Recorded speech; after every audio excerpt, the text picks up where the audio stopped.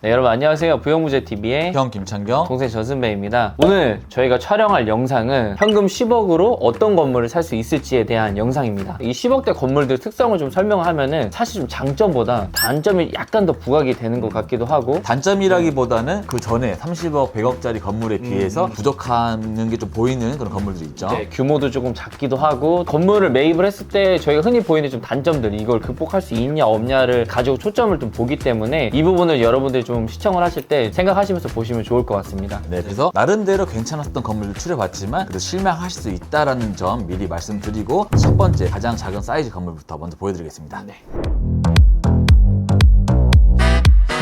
첫 번째 건물은 금액대가 정말 상당히 낮은 10억으로도 그냥 살 수 있었던 건물이었는데, 위치를 한번 제가 간단히 설명을 드리면 여기 이제 미아동이에요. 사실 이 라인 전부 다 이제 개발된 곳입니다. 그래서 이 건물도 재개발 촉진지구에 포함되어 있는 곳인데, 여기 이제 존치구역이기 때문에 향후에는 제가 신축을 할 수 있을 것 같기는 해요. 그래서 이제 건물은 이 삼각산 고등학교 바로 맞은편에 있고 3000세대 아파트 단지에 둘러싸여 있는 건물에 있다. 로드뷰로 한번 좀 보여드리겠습니다. 보시면은 여기 오른쪽에 이제 삼각산 고등학교 이제 맞은편에 딱 있는 수선 전문점이 들어가 있고, 이제 뭐 국시 이런 이제 좀 음식점이 들어가 있는 이런 꼬마 빌딩입니다. 개요로 바로 설명을 들어가겠습니다. 건물 매매 금액은 9억 5천. 계약은 이번 연도 8월 28일 날에 계약을 돼서 9월 20일 날에 소유권 이전이 된 건물입니다. 대지 평수는 42평이고 연면적은 좀 작아요. 거의 한 40평. 평당 금액으로 보면은 2,200입니다. 도로도 상당히 넓고 개방성도 있는 곳이긴 한데 빨리 팔릴 수밖에 없었던 이유는 총 매매 금액이 워낙 작았기 때문에, 그리고 대출이 되게 잘 나왔거든요. 7억까지 대출이 나오는 그런 건물이었었어요. 한 3억 정도만 있으면 매입할 수 있었던 건물이네요. 매입을 하신 분도 대출은 한 5억 정도, 시동물세까지 하면 한 본인 현금 한 5억 정도 더 들어가지 않았나. 수익도 나쁘지 않아요. 1층에는 이제 4개의 호수가 있었고 2층에 이제 사무실로 쓰고 있어서 5개의 임차가 좀 들어가 있었는데, 실제로 월 임대료가 200만 원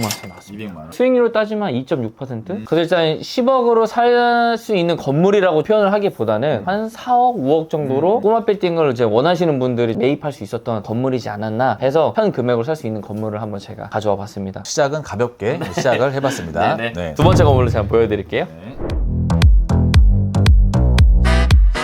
두 번째 건물은 명동역 30초 초역세권에 있는 그런 건물이거든요. 10억 가지고 명동역 초역세권 건물을 살 수 있었다. 지도로 보여드리면은 명동역 1번 출구 아래, 뭐 위에 쪽 메인 상권 아니에요. 그쵸. 네, 아래쪽으로 들어가는 뭐 게스트하우스들이 좀 많은 남사초등학교 쪽 라인인데 이게 라인에 있는 2호 건물입니다. 건물을 한번 제가 보여드리면, 보시면 2층짜리 건물인, 보시면 이게 좀 이렇게 꽃집도 들어가 있고 카페라고 하지만 카페는 아닙니다. 거의 환전소가 더 많이 찾아오고 있는 것. 되어 있는 이제 그런 곳인데, 개요로 넘어가면은 계약은 이번 연도 이제 5월 24일 날에 계약을 시작해서 이제 6월 5일 거의 한 10일 정도 만에 소유권 이전이 된 그런 건물인데, 매매 금액은 15억이었습니다. 그 대지 평수는 33평이었고 연면적은 51평이고 건물은 아까 보신 것처럼 2층 건물입니다. 평당 금액이 일단 4,400만 원이라는 거에 정말 저렴하게 나왔다라는 걸 좀 보여드리고 싶었던 거고, 이 건물에서 거의 한 임대료 한 300만 원 정도가 나왔어요. 수익률로 따지면 2.5%인데 이렇게만 봤을 때 또 괜찮잖아요. 또 역과의 거리도 가깝고. 근데 항상 이런 꼬마 빌딩들은 단점이 있습니다. 건물을 보시면 제가 표시를 해놓은 거거든요.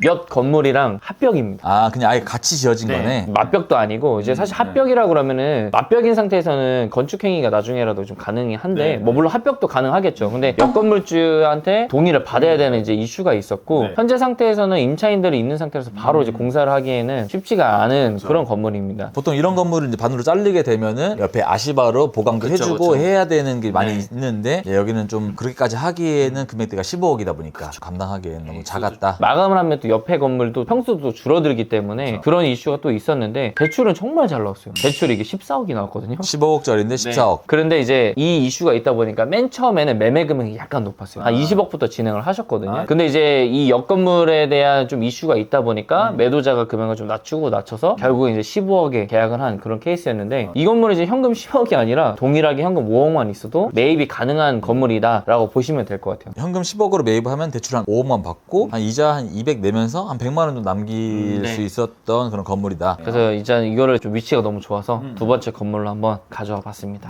바로 세 번째 건물 가보시죠.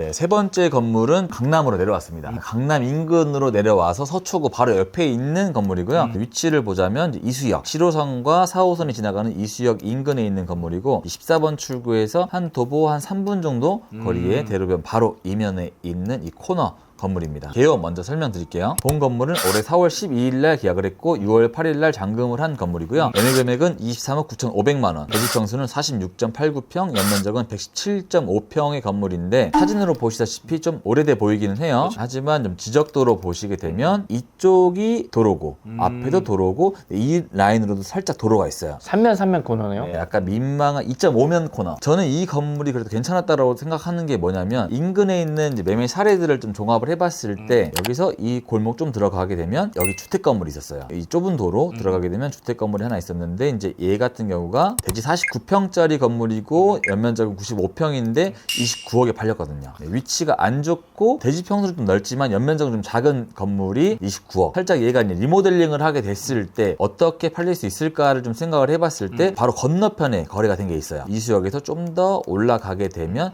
여기 코너 건물이 있는데 얘가 이번에 신축을 한 건물이에요. 얘는 51평에 연면적 126평짜리가 57억에 팔렸습니다. 연면적은 거의 얘도 117, 얘 126 동일하죠. 비슷한 애인데 리모델링을 좀 해서 신축급으로 바꾸게 된다고 하면 충분히 40억 정도도 바라볼 수 있지 않았을까라고 생각을 해서 저는 이제 괜찮게 생각을 했는데 우선 임대료는 지금 현재 482만 원이 나오고 있었어요. 23억 9천만 원 대비해서 한 2.7% 정도 나왔고 대출은 이걸 매입하신 분은 21억 정도를 대출을 받아서 이것도 마찬가지로 한 5억 내외로 매입할 수 있었지만 이자만 감당이 된다면 네. 23억짜리 건물 사면서 21억 받는 건 매우 공격적인 거니까 보수적으로 봤을 때 한 15억 정도 대출을 받는다고 하면 한 이자 수익 정도는 감당할 수 있는 애였지 않나 라고 생각을 합니다. 물론 이제 명도가 안 되고 그리고 사실 이 건물을 당장에 좀 신축을 하기에는 적은 금액으로 들어가기 좀 쉽지 않다라는 좀 생각을 했었는데 꼬마 빌딩에서 이 정도 규모면은 저는 상당히 괜찮다고 봤어요. 그렇죠. 네. 보통 한 220 몇 억 정도 한다고 하면 70평, 80평 이런 건물들을 매입하는데 나름 역세권에 있고 117평 정도 나왔으면은 투자 가치는 좀 있었다라고 저는 생각을 했습니다. 네. 세 번째 건물 가지고 왔고요. 네 번째 건물로 한번 더 넘어가 보시죠.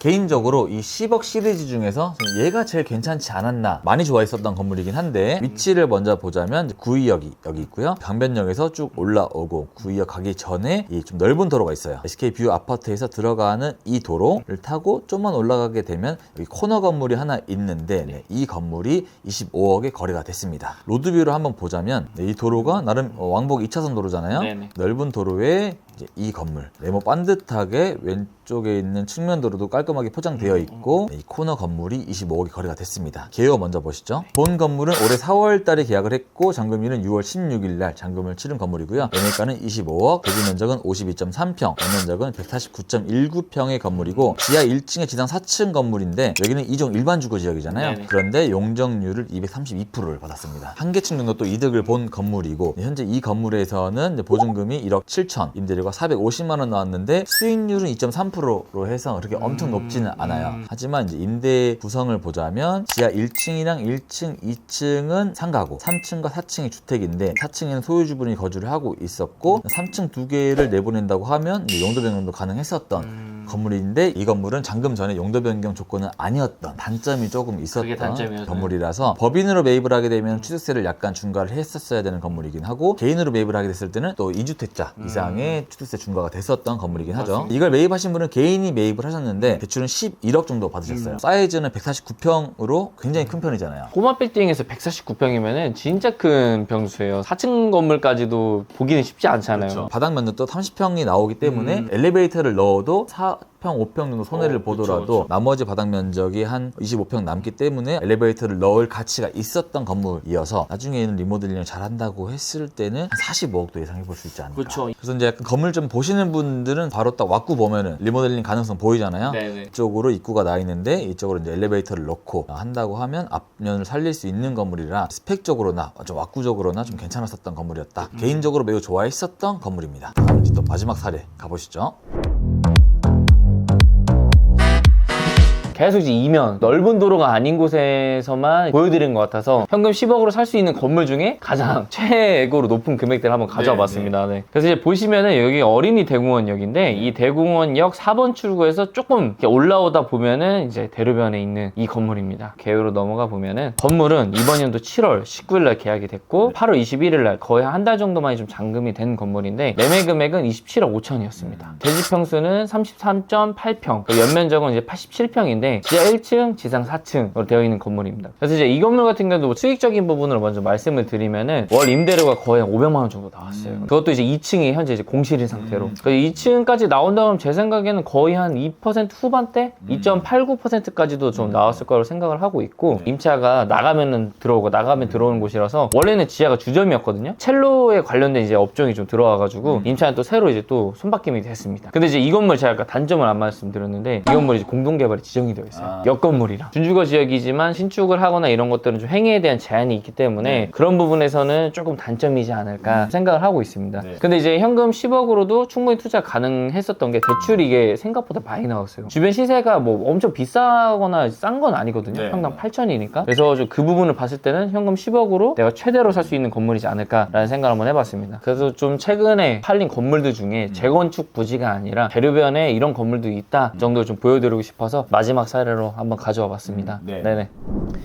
네, 이제 오늘 이렇게 5가지 이제 건물을 좀 봤는데 건물을 제가 보니까 저 예전에 찍었었던 영상이 한 2020년도의 건물을 위주로 찍었거든요. 근데 그 건물과 3년이 지난 시점에 이 10억대 건물은 차이가 너무 많이 나는 것 같기도 하고 이 영상을 보시는 이제 저희 시청자분들도 10억으로 저런 건물밖에 못 사? 라고 좀 생각도 하실 것 같기는 해요. 3년 전 영상이랑 비교를 좀 하자면 건물 사이즈가 많이 줄어들었고 또 수익률이 너무 낮아졌어요. 3% 4% 나오는 건물들 소개를 해드렸는데 지금은 3% 넘는 게 너무 없어서 그만큼 이제 꼬마 빌딩 시장 10억으로 살 수 있는 시장 자체가 많이 협소해졌다. 저희가 생각했을 때 좀 투자성이 있는 건물들 위주로 좀 짰기 때문에 여러분들이 한번 이 영상 보시고 이 정도 건물 살 수 있구나 라고 한번 생각해 보신 것도 좋을 것 같습니다. 네, 그리고 또 오해를 안 하셨으면 좋겠는 게 뭐 이상한 건물들만 왜 갖고 왔냐라고 하는 게 아니라 나름대로 정말 많은 데이터 중에서 그나마 건물같이 생긴 건물들만 가지고 왔다라는 점 참고해 주셨으면 좋겠습니다. 오늘 영상 여기서 마무리하도록 하고 저희 또 다음에 더 좋은 영상으로 찾아뵙도록 하겠습니다. 그럼